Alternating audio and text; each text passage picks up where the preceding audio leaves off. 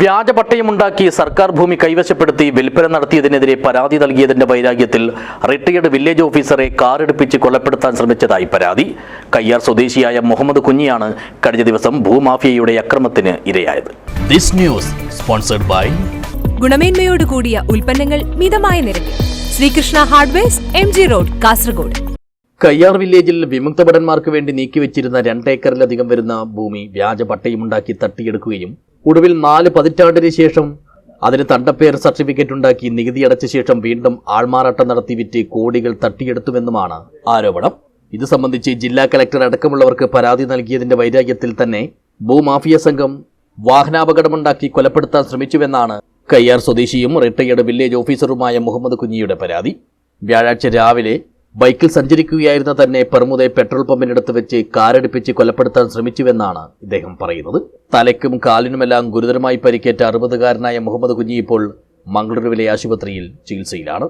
ഇന്നലെ രാവിലെ ഏകദേശം 9:45 പെർമുദയിലുള്ള എൻ്റെ ഓഫീസിലേക്ക് പോകുന്ന വഴിയിൽ പെർമുദ പെട്രോൾ ബാങ്കിന് സമീപം വലതുവശത്തു നിന്നും ഒരു ചുവന്ന പെയിന്റുള്ള സ്വിഫ്റ്റ് കാർ KL-14 4364 നമ്പറായുള്ള സ്വിഫ്റ്റ് കാർ നേരെ വലതുവശത്തേക്ക് വെട്ടിച്ച് എൻ്റെ ബൈക്കിൽ വന്നിടിക്കുകയായിരുന്നു.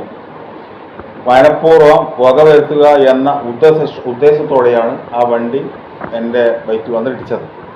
ഞാൻ ഹെൽമെറ്റ് ധരിച്ചിരുന്നുകൊണ്ട് റോഡിൽ വീണപ്പോൾ തലക്ക് പരിക്ക് പറ്റാതെ രക്ഷപ്പെടുകയും കാലിന് ഗുരുതരമായ പരിക്കുകൾ പറ്റുകയും ചെയ്ത സാഹചര്യത്തിൽ അവിടെ നിന്നും ബന്ദിയോടെ സ്വകാര്യ ആശുപത്രിയിൽ എത്തിക്കുകയും വീണ്ടും അവിടെ നിന്നും മംഗലാപുരത്തെ ഹോസ്പിറ്റലിലേക്ക് എത്തിക്കുകയാണ് ചെയ്തിട്ടുള്ളത്. റവന്യൂ ജീവനക്കാരും അധികാരികളും ഭൂമാഫികളും ഒത്തുചേർന്ന് നടത്തിക്കൊണ്ടിരിക്കുന്ന ഇത്തരം കൊള്ളയ്ക്കെതിരെ കാര്യമായ നടപടിയൊന്നും ഉണ്ടാകാത്തതിനാലാണ് ഈയൊരു പ്രവണത വർദ്ധിക്കുന്നതും വ്യാപകമാകുന്നതും.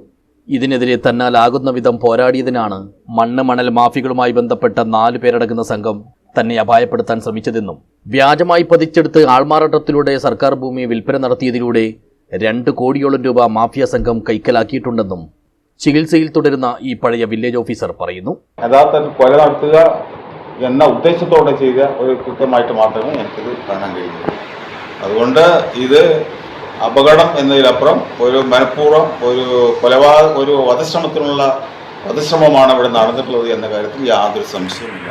ഇത് മാത്രമല്ല, ഇത് സംബന്ധിച്ച് നേരത്തെ ഇവർ തമ്മിലുള്ള ഇത്തരത്തിലുള്ളൊരു അറ്റാക്ക് നടത്താനുള്ള ഒരു സാധ്യത ഉണ്ട് എന്നുള്ള സൂചന എനിക്ക് നേരത്തെ തന്നെ കിട്ടിയിരുന്നു. ആ സൂചന പ്രകാരം ഈ ആക്രമണം അതിൻ്റെ ഭാഗമായി തന്നെ ഉണ്ടായതാണ് എന്ന കാര്യത്തിൽ യാതൊരു സംശയമില്ല.